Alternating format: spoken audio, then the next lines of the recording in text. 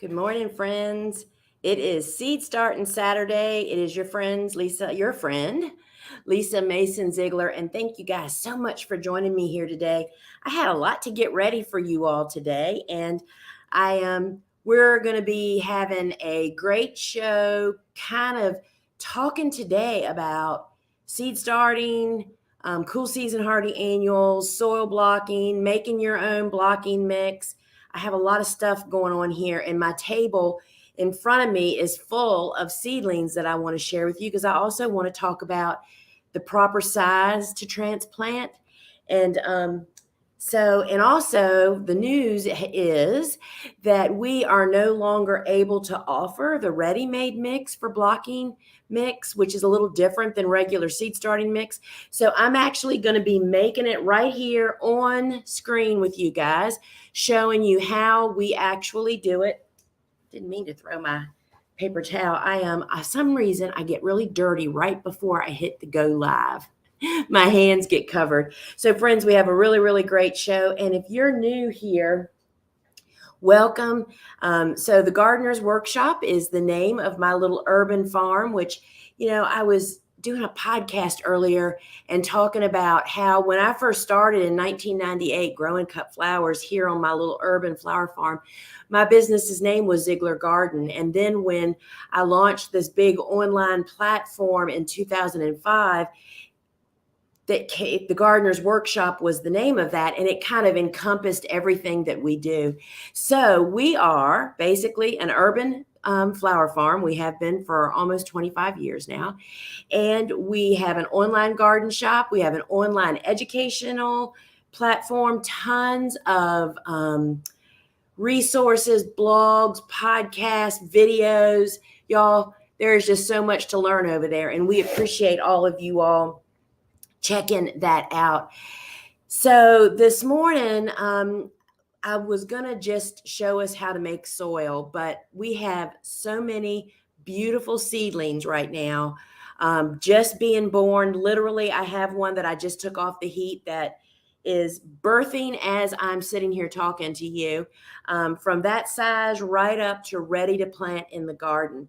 And, we're doing a lot of photo shoots around here this season, which means a lot of seedlings are started at a time that they'll never go. They're not started to go to the garden. They're started to get great pictures of them. So some of the seedlings I'm going to show you today, in fact, will never be planted. It's a little too late for them. But we're going to have a look at them because I think it's a great example of giving you a better idea of how to be successful with soil blocking. And so for anyone that is new to seed starting or is not familiar with soil blocking, and I also wanted to say that I actually started my weekly sunflowers yesterday. I'm not doing our sunflowers today. I knew that we were going to have a lot to talk about, and I thought that you guys would have lots of questions based, on cool flowers and just soil blocking and seed starting in general. So please post your questions connected to any type of seed starting issue, and I will come circle back to them after we go through our show here today. So soil blocking is the European style of seed starting. The Dutch did it decades and decades ago, and then the Europeans, then the English started doing it. And in fact, we import the tool that makes all these blocks, and it still is made in England. So I learned about soil blocking back, right before I started flower farming. And I do attribute that I would not even be a flower farmer today if it wasn't for soil blocking, because I didn't have a greenhouse then, and I still don't now. I have never been able to have any type of structures because I am in the middle of the city. So I had to be able to find a way to start seeds in a small space, indoors. Currently I'm sitting in my big work building, right? But I didn't always have this. I used to do all of my seed starting literally in my kitchen, my pantry, and my basement of my home, starting thousands of seedlings. And I was able to do that because of soil blocking.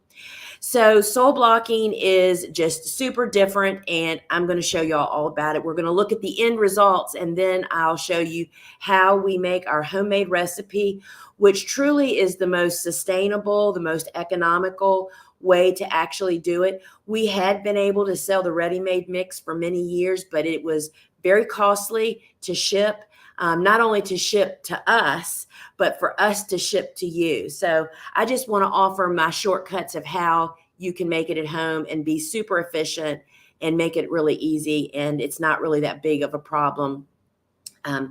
So let's take a look at some warm season tender annual seedlings that are at the proper size to go to the garden, because that's one thing that a lot of people just have a hard time trying to figure out. So this, friends, is a tray of marigolds. It's actually a tray of 40. This extra set of blocks shouldn't even be here. She ran out of seeds. But these were started on August 11th. You can see right here that on the tape. And today is August 27th. So what is that? 18 days old. And these are marigold seedlings that are the perfect size to go to the garden. And I am going to actually pick up one cluster. So these are in what we call the small blocker. That is the 3/4 inch. Sorry, I'm trying to take these apart without killing them so I can show them to you guys. All right. So this is literally how I would go about planting these. I would pick up an entire 20 cluster. I didn't even bring a soil blocker. Oh, there's one over there. I'll grab one in just a second. I'll show you what the tool looks like, which makes it easier to understand what you're looking at here. I pick up the whole cluster of 20 because they're not stuck together, but they kind of are, and literally put them on my hand. And when we go to plant, and these have not been watered this morning, so they'll be a little crumbly, I literally just break them apart to plant them.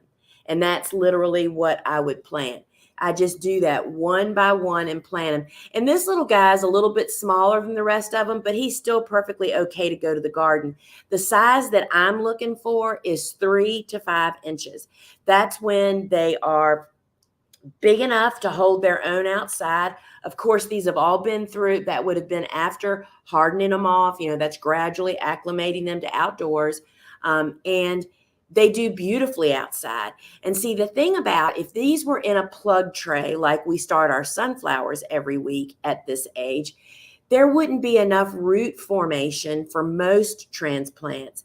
At this young age, when you went to pull the plant out of the cell plug, it would literally rip the stem right off of the roots, and there's not enough roots to engulf the mat or the soil, the seed starting soil in there, and you can't plant them early. We find that properly hardened off younger transplants that are not root bound, that just they hit the ground running, we get earlier fruiting and flowering based on all of these steps. And it's just not possible to do that when you're starting in containers, that you have to take the plant out of the container to put it into the garden. So these are marigolds. These would be the perfect size to go to the garden. So you can see on my finger about how tall they are. So you can measure yours at home. They're very sturdy, healthy, and happy, because sometimes people are so surprised how happy and healthy these transplants are in that little teeny block. And friends, I'm telling you, they get air. Let me turn this around maybe, and you can see maybe a little bit better. So I don't know if you guys can see, the light's not quite good enough. The roots grow right to the edge of the block, and they kind of hold. Now you can see that these roots just kept on growing because they were up against the other cluster, and that's perfectly okay. But they aren't wound around and around and around like they are in a container of any kind. And your plant has to really overcome that. You need to pull those roots apart so that they can spread out into the soil. And when you do that necessary step, sorry, I'm trying to get them back together here. It shocks them, and they have to recover from that. So those are marigolds, and I need to move these out of my way as we look at them here. So here is another one. I think these are from the very same day. These are zinnias that were started on the same day as those marigolds. And you can see, and I had to give these a little bit of water this morning. They were almost wilted this morning. I normally water at 6 a.m. I just started watering at 10 a.m. Those 4 hours of delayed watering caused these guys to be a little wilty this morning. And I left them dry this morning because I wanted to show you the state, which you'll see here in a moment, of how dry my plants are when I come out in the morning. So these are zinnias. And again, these guys are ready to go to the garden. You can see based on my finger about how big they are. They could surely go probably another 3 to 7 days very easily in these blocks. But again, this is 60 plants on this little 5 by 12 tray, which is what really drew me to this method way back when I first started farming back in 1998. Now here's a totally dry tray. These are Mexican sunflowers. Look how beautiful they are. These are the perfect planting size. See there? But can you all tell just how dry those blocks are? And so again, they went 4 hours beyond what I normally do.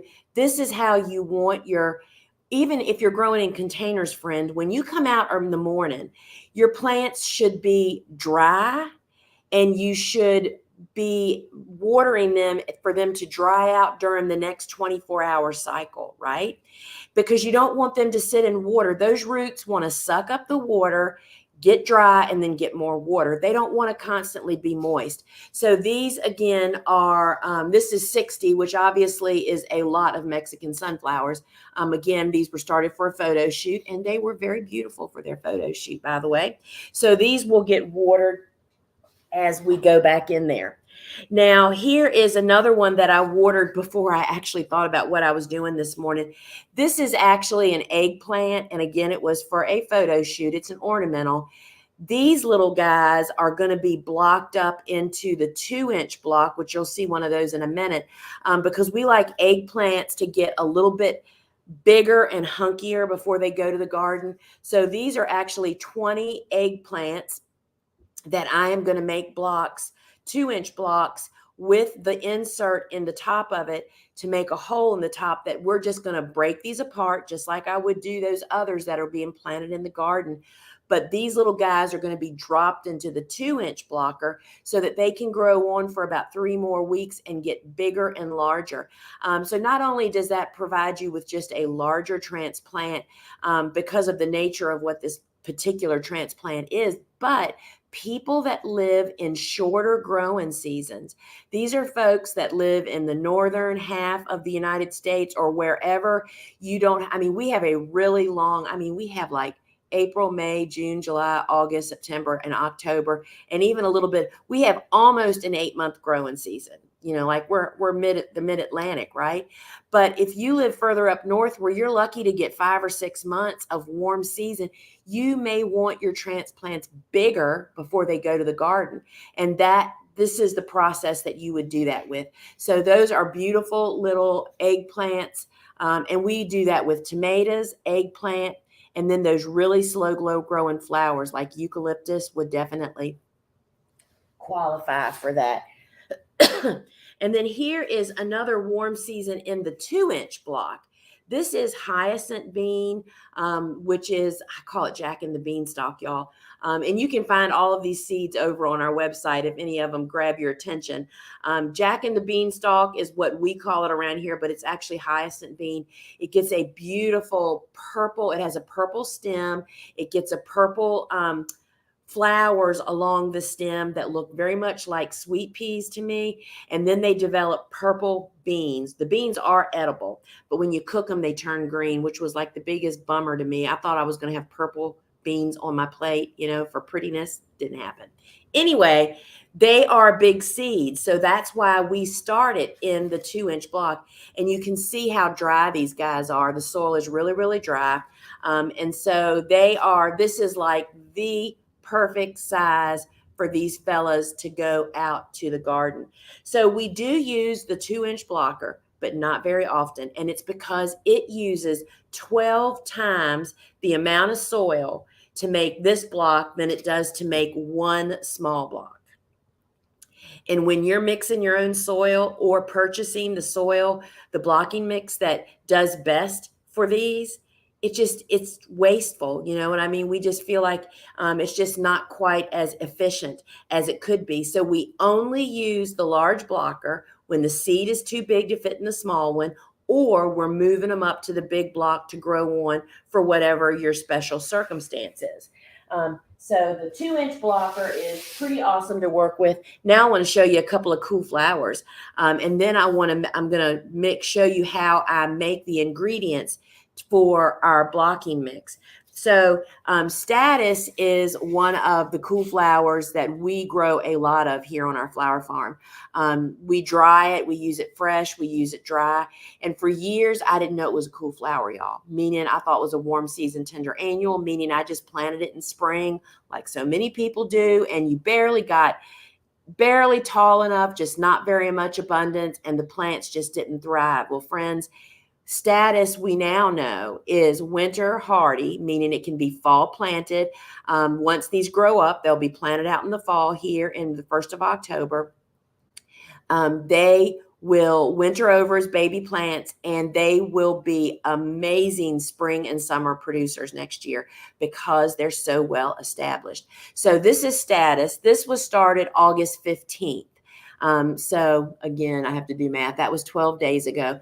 And I'll tell you, Status, like Rudbeckia's, is one of the little, it's not super slow, but it's a slower grower. That's why this is one of the first cool flowers that we actually start. And then these are pretty impressive. These were started the 25th, 2 days ago. Today's the 27th, so it's not even all day yet. So Bobo would have started these in the afternoon, so they aren't even 48 hours old. This is Godicia. And this is the Grace series, which we really, really love. And it's Grace Salmon. And you can see all those little white spots that is the seed has cracked and the necks are starting to come up. That is considered germination.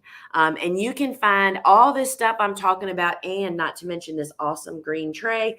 We have 3 different size trays that we sell. This tray, which is another English-made product, holds 100 small blocks. Love it. This is like the perfect size for small growers. But if you're a home gardener, we sell, that's the XL. This is the large. Then the small tray only holds 40 blocks. And these are foam, true, but they're reusable, y'all. We don't throw them away. We use these for years and years. So you can check those out. And this is how these were just removed from the seedling heat mat this morning. And I will put these under the grow light and they will quickly continue popping. So when 50% of them are doing that, now I have to not step on these seedlings that I've just put down here. All right, friends, I want to first get the tools. I want to show you. Stand by. Let me grab these guys. Because I realized I didn't even have these over. It makes you understand easier. So this is the blocker. And this is the small one. See where it makes, you press the plunger down and it pushes out the blocks. And then this is the 2-inch blocker, which you can just see it takes so much more soil, and it comes with this little nipple on it to make a dimple to make a place for a large seed. But we pop those out and put in the inserts that are available, and this makes the perfect hole in the top of that 2-inch to receive the small block. But we just leave it in there because if I want to plant, like we plant zucchini and squash and sweet peas in the big block, just like I did those hyacinth beans, you can drop it in that bigger hole and just put a little bit of soil on top of it. So that's what the actual tools look like. Now, the reason that it takes special blocking mix, and I see that Jesse is posting links to the items that I'm speaking of if you want more information about them. Thank you so much for doing that, Jesse. Jesse is one of our crew members and a fellow flower farmer, y'all. So the reason that you don't have to. The reason that we make special blocking mix is because if you can imagine, I'm just going to pick these up so we can look at it. If you can just imagine, regular seed starting mix is made to go into containers like a cell pack or a pot or whatever you're starting seeds in. And it's made so that air and water can flow through it, and it's very fluffy. It's made so that those things can move through it really, really easily, right? Well, what we need for soil blocks is the complete opposite of that. You want this blocking mix to be very dense and perhaps so it can bind together so that the blocks will really, really hold up. So the blocking mix, which the recipe for the blocking mix is always on our website. It's in our on our digital catalog. It is everywhere. We have it written for people to actually access it. And y'all, this is not my recipe. This is Elliot Coleman's recipe, the one that really brought soil block into the States like decades ago for us to learn from it. So the blocking mix is really, really dense so that you can handle the blocks and they hold up. Now, what the big difference is that blocking mix is made out of compost, and either peat moss or cocoa fiber. You can use whichever you're comfortable using. I will tell you that people report that the cocoa fiber tends to dry out much quicker than the peat moss does. I mean, that's just what we're hearing. So it's up to you. And I'm not going to get into the sustainability conversation because there are experts on both sides of that have a lot to say about that. So it's up to you what you want to use. You can use either one of them. So it's compost, peat moss, and then it's nutrients. The nutrients are green sand and rock phosphate, and they're there for more than just the nutrients that they bring. For instance, I learned directly from Elliot that the green sand isn't just about providing those nutrients, the micronutrients, the macronutrients that are in there. It also contributes to the moisture holding abilities of whatever it's mixed into. So back when I started soil blocking in 1990s, the late 1990s, you know how you can go into the big box stores and you want bone meal because for whatever reason you're planting bulbs or something. You would go to a shelf and there would be all these raw material type fertilizers, blood meal, bone meal. There used to be green sand and rock phosphate powder. Those were all a part of the same family. Those are like the original organic fertilizer components. Well, as more and more manufacturers started making more and more organic products, mixing stuff together and creating fancier products, if you want to call them that, stores stopped carrying all of those. So about 10 years ago, because we've been selling soil blocking stuff for almost 20 years now, about 10 years ago, we started hearing from people, we can't find green sand and rock phosphate powder. It has to be the powder, y'all. You can find the granules. You need the powder for it to be evenly distributed and digested properly. We started hearing from people. So we began, which was a very laborious task for about 8 years. We began buying bulk green sand and rock phosphate because you can find, if you're in a farming community, the farm store that the farmers go to probably has it. But the big box stores where it used to be available no longer has it. So that led us to start mixing the green sand and the rock phosphate together, 50-50. And packaging it so we could sell it to people because, I mean, people were really upset that they couldn't find the products, right? So we started mixing it years and years ago. You can purchase online green sand and rock phosphate powder separately. Yes, you have to pay for the shipping, just like the rest of us do. And you can buy larger portions of them and mix it yourself, which is what a lot of people choose to do. But we do sell it on our website. This bag is going to make 8 recipes. A recipe is approximately about 20 cups of finished product when you mix this with your peat moss or cocoa fiber and compost, which I'm getting ready to show you how to fix. So 20 cups makes about 500 to 600 of these individual little 3/4 inch blocks. Are you getting the picture of how far this stuff goes? Or about one recipe will make about 32 of these. Again, that comparison is really incredible, right? So you'll get 8 recipes worth of nutrient in here. So the green sand and the rock phosphate would be here, and the recipe is right here. I'll read you the recipe. The recipe is I'll read you the label. How about that? The DIY blocking mix nutrient. Make your own soil blocking mix by adding peat moss and compost. And the recipe is 16 cups of sifted peat moss or cocoa fiber, 4 cups of sifted compost, and a half a cup of this nutrient mix. And then it tells you how to mix those all together, and it tells you what it actually makes. This little bag weighs 2 pounds. It's very, very dense stuff. So I want to show you how sifting is. Oh, I've already put stuff in the sifter. This little item right here, which I'll show you what it looks like inside after we sift this compost. This sifter will revolutionize your life. We have just secured these. Actually, they came in last week. I have like 6 sifters. I bought every sifter out there on the market. Why are they all square, y'all, when we're using round buckets? I mean, it just really didn't make sense to me. But anyway, so we have this sifter available. Jesse, it's like 20 bucks. Jesse just posted it on there.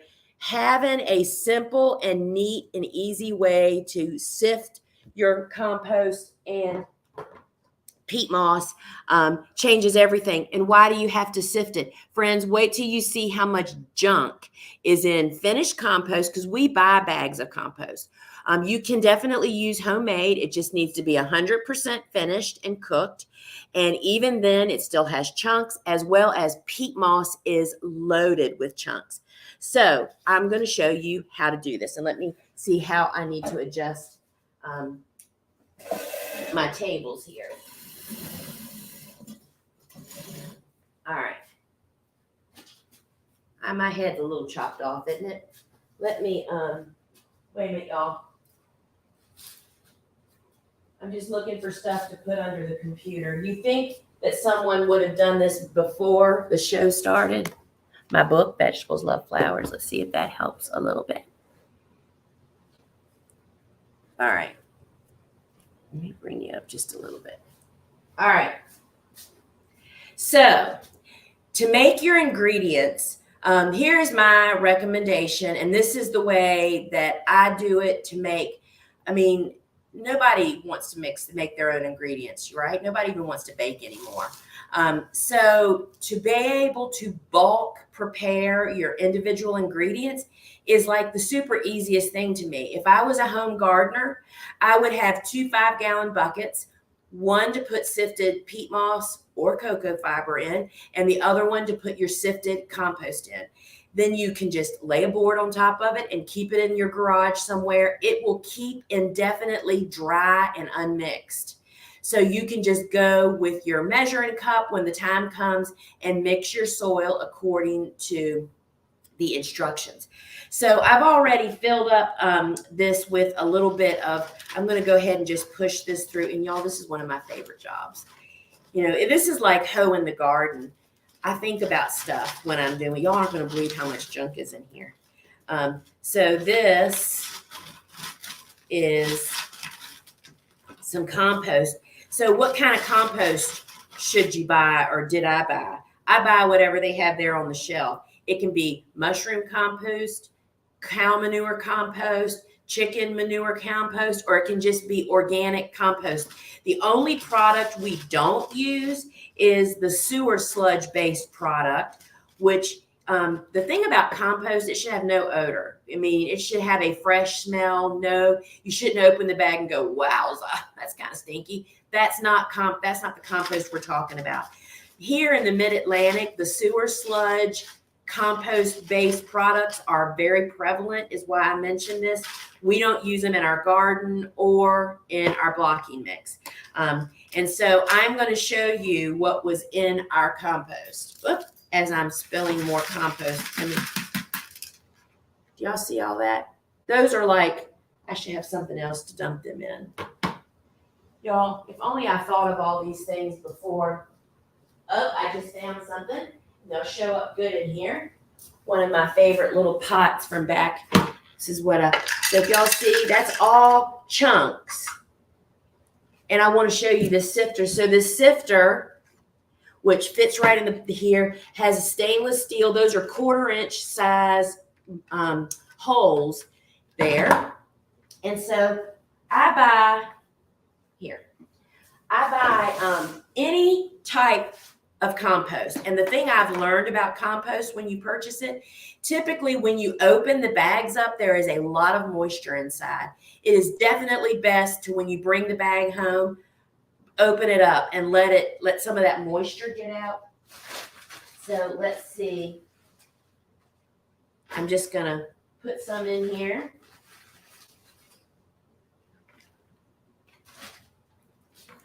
And this is still kind of wet. I just did had been sitting in here for quite well since I did this last week. I attempted to do that.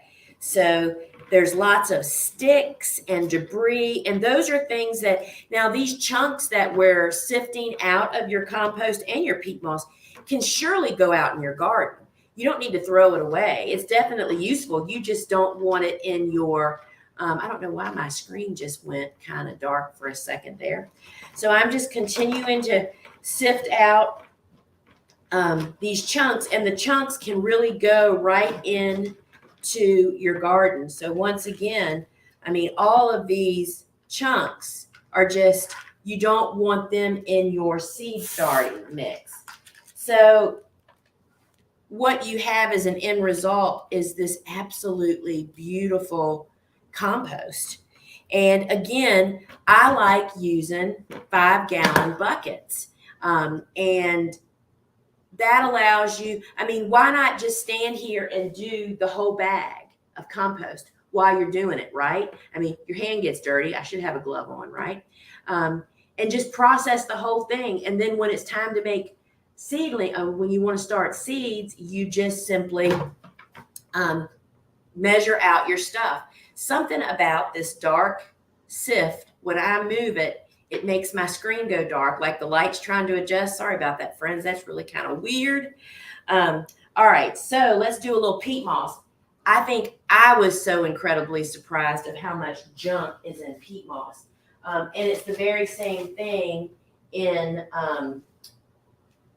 cocoa fiber. And peat moss is a little dusty too. So if I was going to stand here and do a lot of peat moss, I think I would probably put my mask on. So I'm just going to go slow so I don't make a dust storm here. So by preparing these ingredients a lot at one time, you know, and so if I was a home gardener, I would definitely use 5-gallon buckets. You know, and you can get 5-gallon buckets now with tops, right? And then some products you buy come with it. And so that would be a really great way. You start to believe how much mess is in this peat moss. I mean, it's just so easy to see why we have to do this.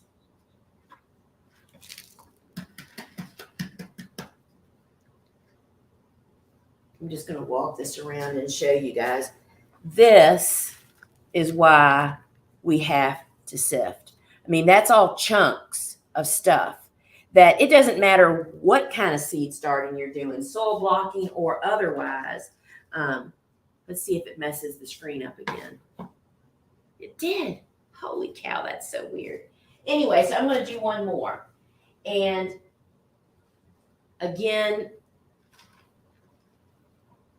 I think when I get off of here, I may just fill both of these buckets up. But not really, because I'm sure they're going to make me make a video out of this to go on our website. So I'll have to be doing this all over again. So I'm just slowly turning again. This is a little dusty. You know, the compost, because it had a moist component to it, just really didn't do the dust thing. I mean, this could be like addictive. This could be like, if you're a knitter or a crocheter, cross stitcher. I'm a compulsive weeder.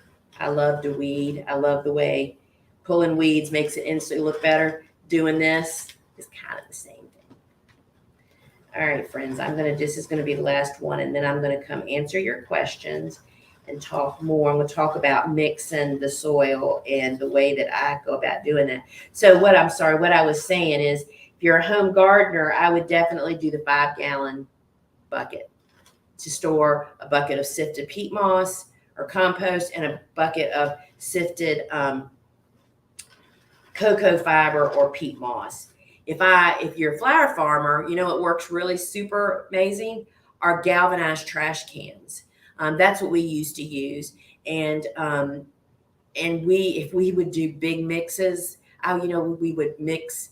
If I wanted to make a lot, mixing this with this and the nutrient in, because we're going to like have 2 weeks of seed starting and you don't want to have to mix it every day. We used a kid's baby pool. You know what I mean? You could mix it all up in there and then put it back into a trash can already pre-mixed. There's all kinds of ways you can do that. All right, friends. So again, this only has like 3 inches of product in the bottom. And look how much debris was in there. I mean, that is pretty amazing. So again, that debris can definitely be put out into your garden. It's like chunks of mulch, right? So don't throw that product away. So, the method of mixing now, and I learned this also from Elliot Coleman. He definitely recommends mixing the 2 dry products together, the peat moss and the compost, thoroughly mixing it, then mixing the nutrient in, or the rock phosphate powder and the green sand in, before you add any water. Totally get that mixed. Now, the thing that is different about soil blocking is that the mix is completely much, I guess, the way you use the mix is very different than using in containers. You have to wet it. And basically, it is 3 parts of your dry, complete mix to 1 part water. So if you're doing the 20-cup recipe, which is the size that I recommend, even for us as commercial growers, I find that if you get much more than 20 cups of mix in your tray, we use a potting tray. Cat litter boxes are a great size to do this in, because you have to add water. You need something that's got 4 sides on it, right? I find that works really, really well. But if I put much more than 20 cups, only if I'm making these darn big blocks that use up so much soil, and I would put 2 recipes in then. But when I'm making small blocks, I put 1 recipe in, and I find much more soil than that. It just makes your blocker a mess. You're scraping more stuff off. I'm just quicker and more efficient. And when you measure, friends, I have this struggle with the people that I work with too. What they'll do, because we have it ready-made mixed, all mixed up for them, they'll just scoop soil, not measuring, and then just dump in some water. And then they have to stand there and mix and wait and think, oh, well, it looks a little too wet. Let's put a little bit more blocking mix. Then it's too much blocking mix. They need more water. Friends, if you just have a blooming measuring cup and say, all right, it's about 20 cups of dry mix, or 21 cups of dry mix and 7 cups of water. That's 3 parts of soil to 1 part water. And sometimes you still have to add a little bit more water, but it saves so much time. I mean, I can't tell you how much time it saves. So some of these steps just makes it easier if you mass make your ingredients, have the measuring cup that you're going to use right there in your mix. You know what I mean? I would like to have, it's 16 cups of one, 4 cups of the other. I would probably have a 4-cup measuring cup in there so I can quickly do it. And then you can put, 2 fills of the measuring cup, 1 full to 4, and the next one to 3 cups, and then have a jumping off point. And you're ready to make soil blocks. It is really super duper easy. So the thing about the blocking mix, once you mix it, let's just say you make blocks, blocking mix today, and you mix it with water because you're going to make soil blocks, but you only use, if you're a home gardener, this is the perfect example. Let me show you the tray. For instance, This is like a tray that we use to mix in. And what that tray allows us to do, or any tray similar to that, like a cat litter box, it allows you to mix your mix, the 21 cups, 20 cups, get you going, and then there's a lot of soil left over and you're done, right? All you have to do is allow that blocking mix to dry out in that tray. You don't need to do anything to it.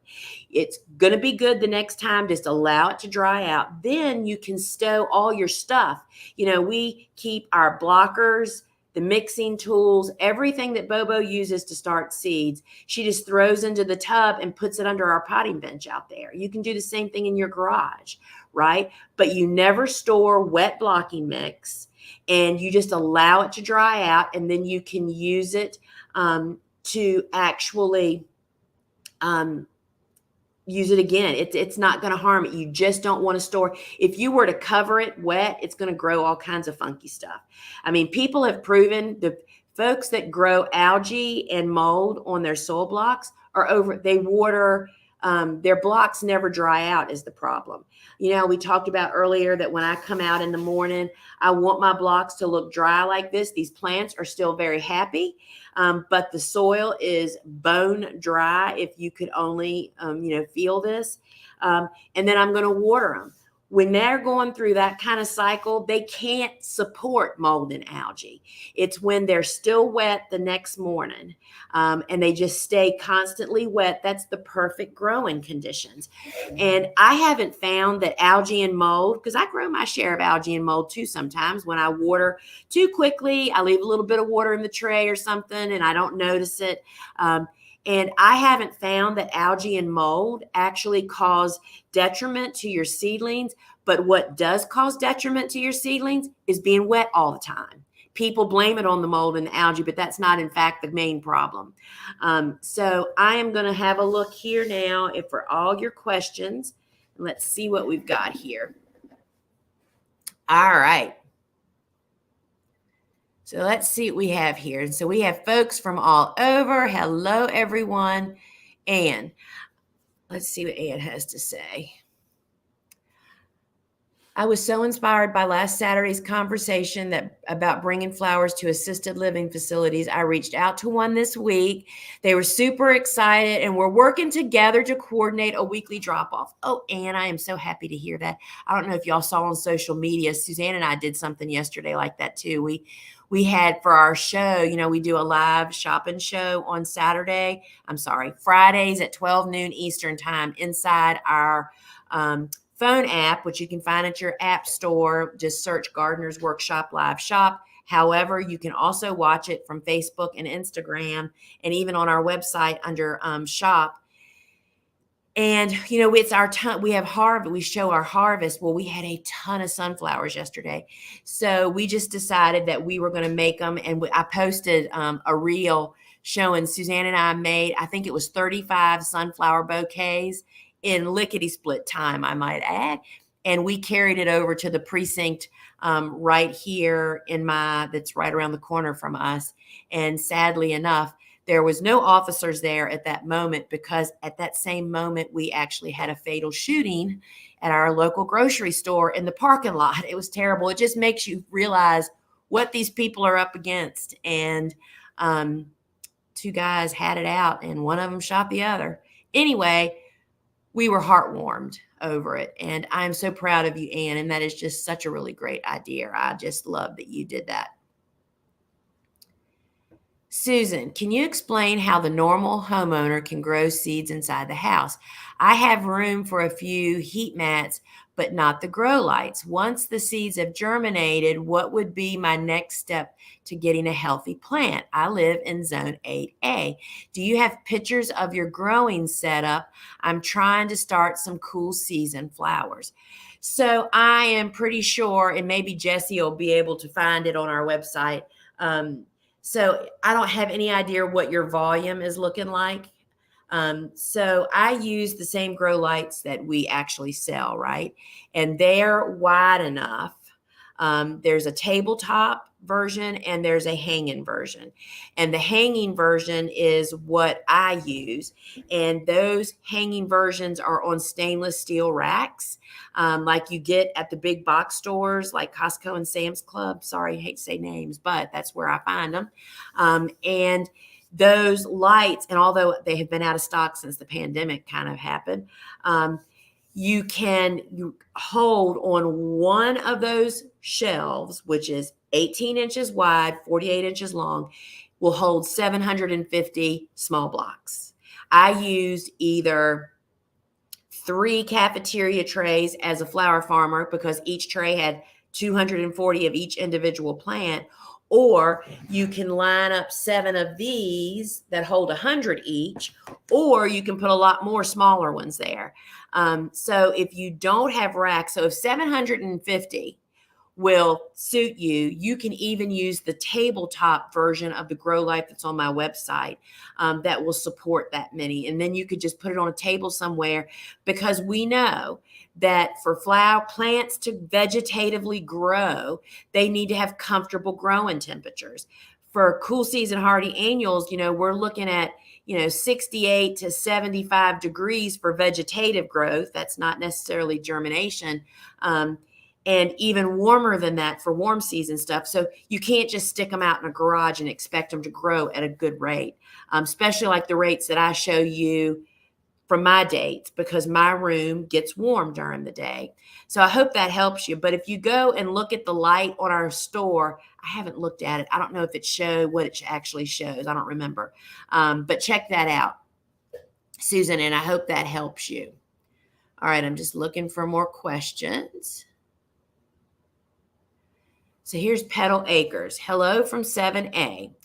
I'm a bit behind starting cool flowers and soil blocks. I don't think you're a bit behind at all. In fact, it's not really about your zone. It's about your first frost date. And so so let's just guess that your first frost date is November 1st. So you would just now be getting started, just like we're doing. We have just starting, and we're borderline too early. So you need to count back 6 to 8 weeks from that first historic frost date. So say November 1st. Let's use mine, mid-November. So mine is mid-November. So that means mid-September to mid-1st of October is that 6 to 8 week window for planting the transplants that I started weeks before, or direct seeding that same day. Not that day, but in that window. The plant and the seed need 6 to 8 weeks to either sprout into a plant and get established, or a transplant needs time to become established before hard winter comes in. That's the whole point of the 6 to 8 weeks. So you are not behind. And I will tell you that is where you're the first one I've heard for this year, but I will hear that phrase at least 1,000 times in the next month. But we are never behind. First off, if you are truly late, which most people are not, most people are starting too early. If you're truly too late for transplanting, you can still start your transplants, get your bed prepared, then just use hoops and row cover. They buy you about 3 to 4 weeks. They give enough protection. So don't despair is what I'm saying to you, right? All right, here is Diddly Squat Flowers. That is a pretty cute name.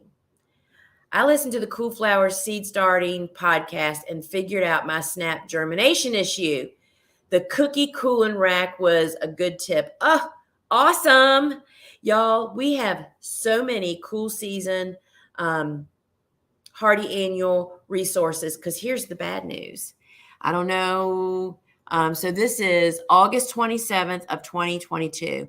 My book, Cool Flowers, is sold out everywhere. The publisher does not have a restock. They're in the process, and it could be 2 months. Amazon is out. The Gardener's Workshop is out. If you find a book somewhere, you better buy it. The books are out everywhere. But we have a ton of resources available at the Gardener's Workshop to help you with growing cool season hardy annuals, including our podcast.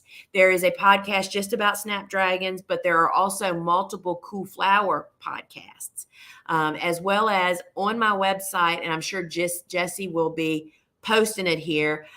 There is a blog post called the Cool Season Flower Chronicles, and that page encompasses many of my resources. So you just need to go to the Chronicles, watch the 5 videos that are on the Chronicles, but there's a bunch of other stuff. I mean, it's like going down a rabbit hole, right? You'll never come out. So check that out. Thank you, Jesse. Good morning, Susan. Oh, so Ann says she is also a compulsive weeder. I was pulling nut sedge out at the Aldi's parking lot. Well, here's the bad news about nut sedge. When you pull it, it's like cutting a zinnia. It like makes more cum. It's very dissatisfying. But I hear you. I totally get it. But I am not pulling somebody else's weeds, and you might need help. All right. Lisa asks, I know you advise when starting seeds to have the beds ready. Not mastered this yet. Seedlings ready, fingernails on chalkboard. I have to pot up 100s and 120s. Please talk bed prep related to seed starting. Yeah, Lisa, I think instead of spending all that time potting something up, I'd go out and make a bed. First off, the seedlings that get potted up, particularly if they're in containers, and if you're going from soil blocks to a plug cell pack, you lose all the advantages of soil blocking. But I would I think I would ditch my seedlings or spend that time getting your bed under control. So yes, that is our goal. So we just starting cool season hardy annual seeds this last week. The whole month of September for us here is always 100% getting the beds ready for the thousands and thousands of transplants. And also we direct seed a lot of stuff in the fall. It's the only time I direct seed. I do not direct seed anything in spring and summer. No, not sunflowers. No, not zinnias, because people ask that. I do not direct seed anything in very early spring or summer. There's just too many challenges. It's just, as commercial growers, we know it is quicker, easier, more efficient, and cheaper to sow seeds indoors and walk out and plant a transplant. So we do that. But in the fall, many of the cool season hardy annuals really need a fluctuating temperature range. Like I'll use an example, larkspur, which is a cool season hardy annual. It's a big crop in the flower world. It's gorgeous in home gardener beds, particularly with peonies. And it needs a fluctuating temperature for the seed to break dormancy. Like it likes 55-degree nights and 75-degree days. Well, not many of us can provide that hospitality inside of our house trying to start seeds. But what's perfect for that is Indian summers, the end of the summer, cool nights and warm days. That's why we direct seed larkspur, and there's several others. When you go to our website if you go to the shop, go to the seed category. Under the seeds, there is a cool season seed category. All the cool flowers, all the cool season flowers that I grow are in there. And I tell you which way I start them, and we give you all the pertinent information.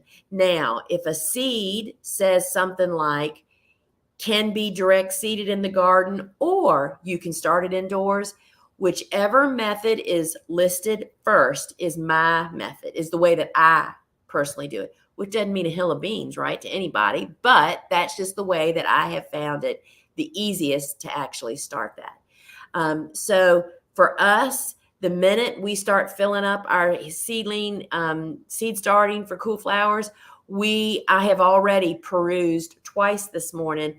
Where are we bush hogging on Monday? What are we prepping?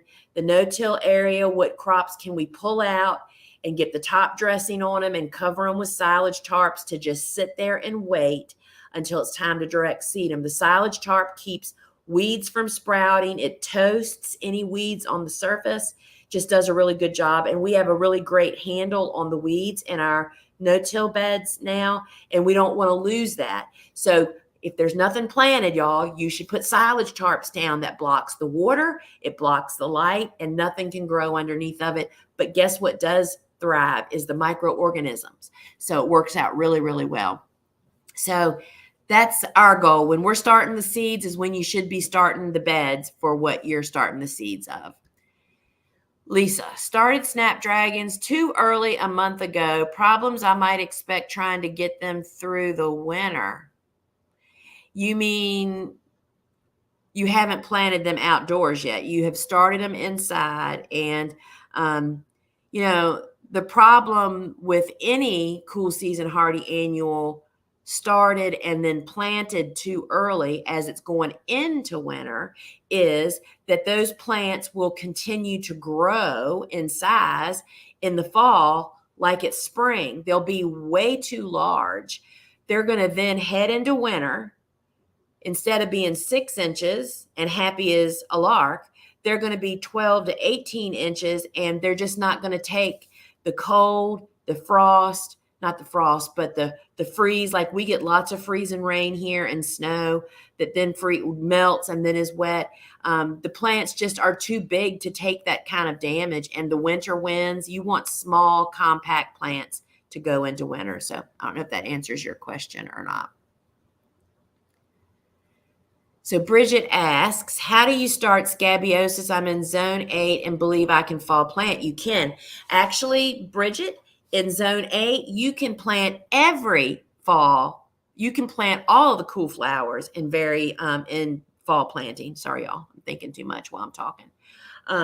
So if you're in 8B particularly, I'm in 7B, 8A, and so my season really misbehaves. Sometimes it is 7B, sometimes it's 8A. But if you are truly in 8, you can plant everything in the fall. So scabiosis, we start in the small block. If some of the seed, you'll notice that the seeds come a couple different ways. Some of them are cleaned seed, and it's just a little seed you put into the small soil block. Some of them come in their little jacket, I call, and it looks like an upside down badminton thing that you hit when you're playing badminton. I can't even think of the word.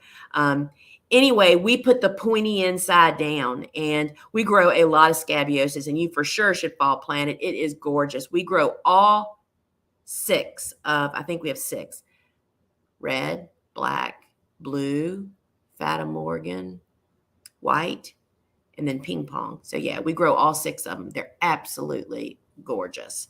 So that's how we start them in the small block. Julie, newbie to this technique here, and I'm intrigued. Well, let me just warn you now, Julie. If you haven't ever soul blocked and you want to start seeds, I went from being a disastrous seed starter 25 years ago. I tried every method, struggled, cried, just didn't have good success. I struggled with dampening off all the time.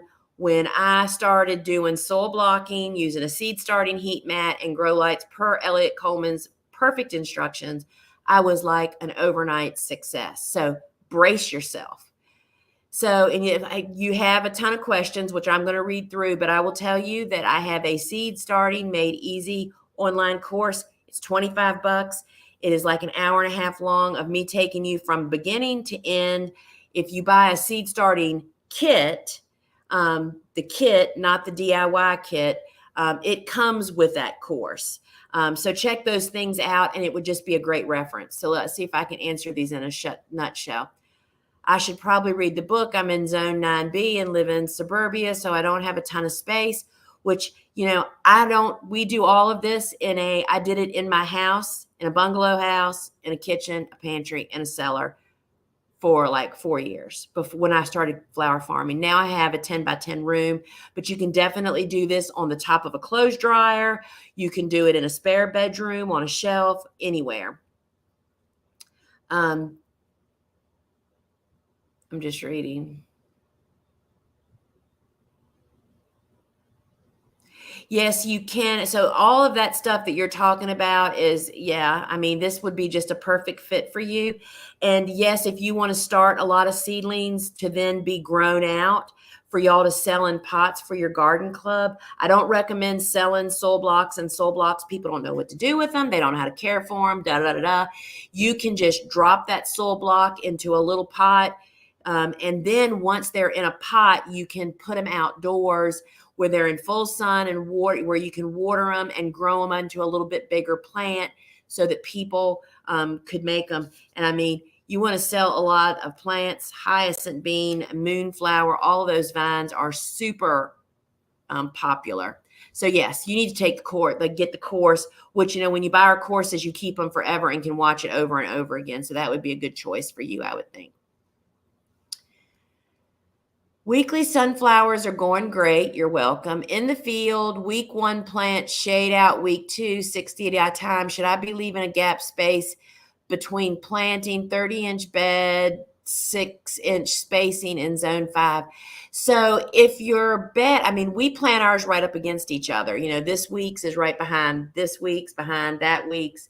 But our beds are out in full blasting sun. There is no shading going on. So you may have to just work that out if you are suffering from shady problems. You know what I mean? But ours get morning, afternoon, and late afternoon sun. So yeah. So do whatever you have to do. It's not going to hurt anything, right?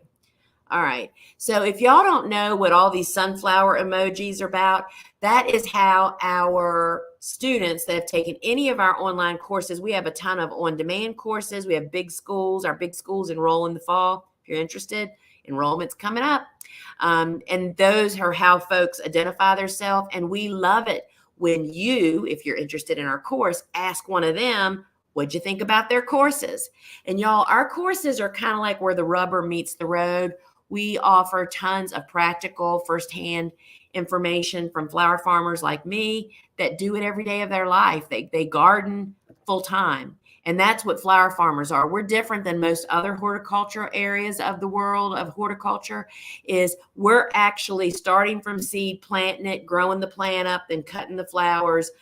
So we kind of do it from A to Z instead of just doing one little piece of the pie like a lot of people do in the horticulture world. So we love it when people post, and when you see multiples, that means they've taken a lot of our classes. We love y'all. We love our students.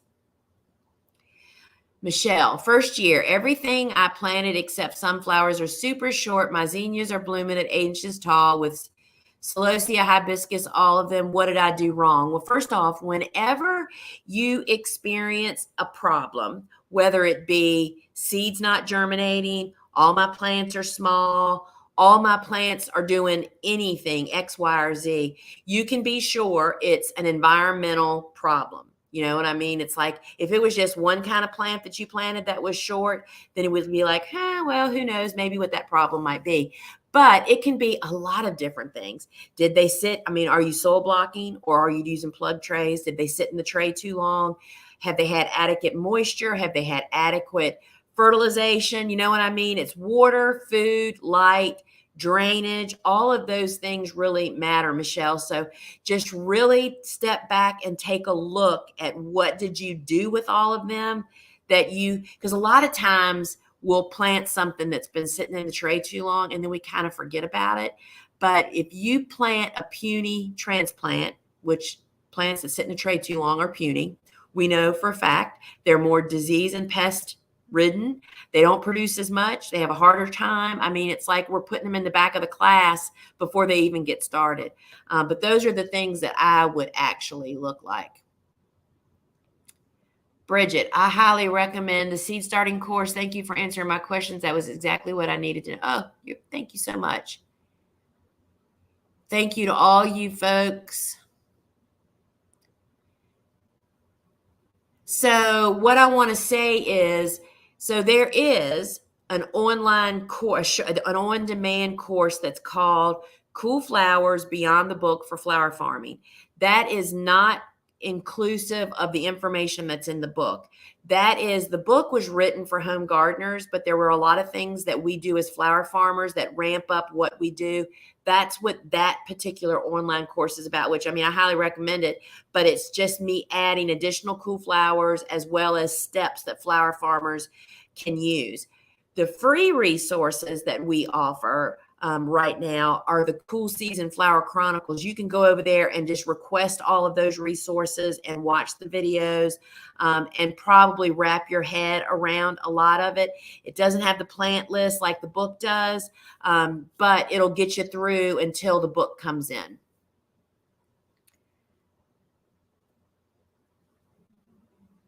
Ever known anyone who starts petunias from seed in zone 8? That's a good I really do not know. Petunias are a warm season tender annual. I don't know how it starts from seed, if it's an easy or a tough one.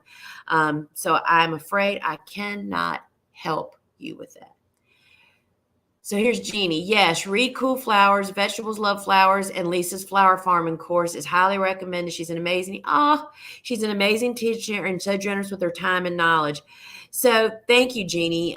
So yeah, our flower farming school, the basics, which is what I teach, which is a 6-week course. Registration's the 1st of October for 5 days. And I do love, I mean, y'all, I just love, why do you think I do all these lives, y'all? It like feeds me to do all this teaching. And I just see now that you meant not petunias, you meant pansies. Pansies are slow growers. You should have started them like weeks ago, I think. I do know that. But I don't know. I've never done it myself. So thank you, Jeannie, so much. And anybody that has a Cool Flower book, you might be able to rent it out right now. I mean, they're telling us that they probably will not, the publisher will not have them back in stock probably till the end of October. So it's really kind of a bummer. So yeah, supply chain problems are not just mess being said on the news. It is a reality. All right, friends, it's after 12 o'clock. I am out of here. I got to put all these babies back under their grow lights. And thanks for joining me here. So remember, if you want to join me on Fridays to see the amazing harvest, and I'm giving the 411 on individual flowers, showing you what the flowers look like.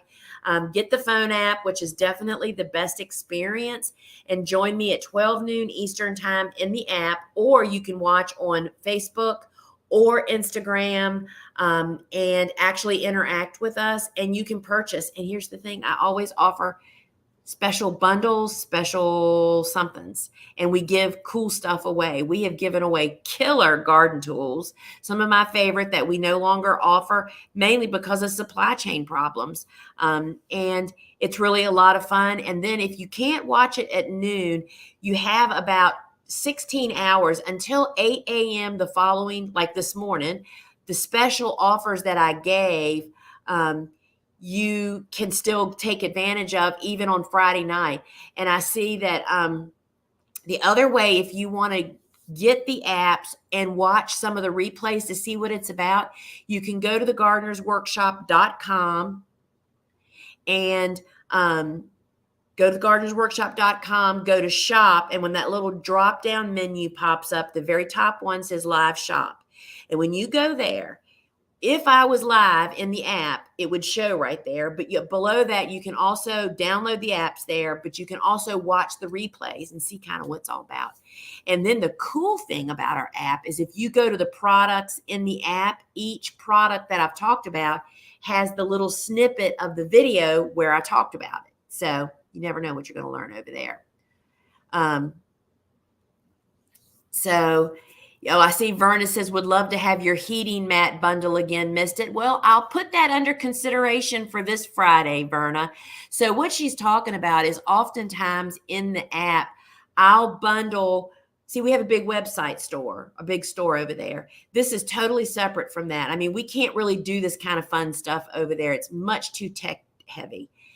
But what we do in the app is I'll say, all right, we're going to put a soil blocking set, the soil blocking tool set, and a heat mat, and 3 packs of seeds together for this price with a little bit of discount, a special sale.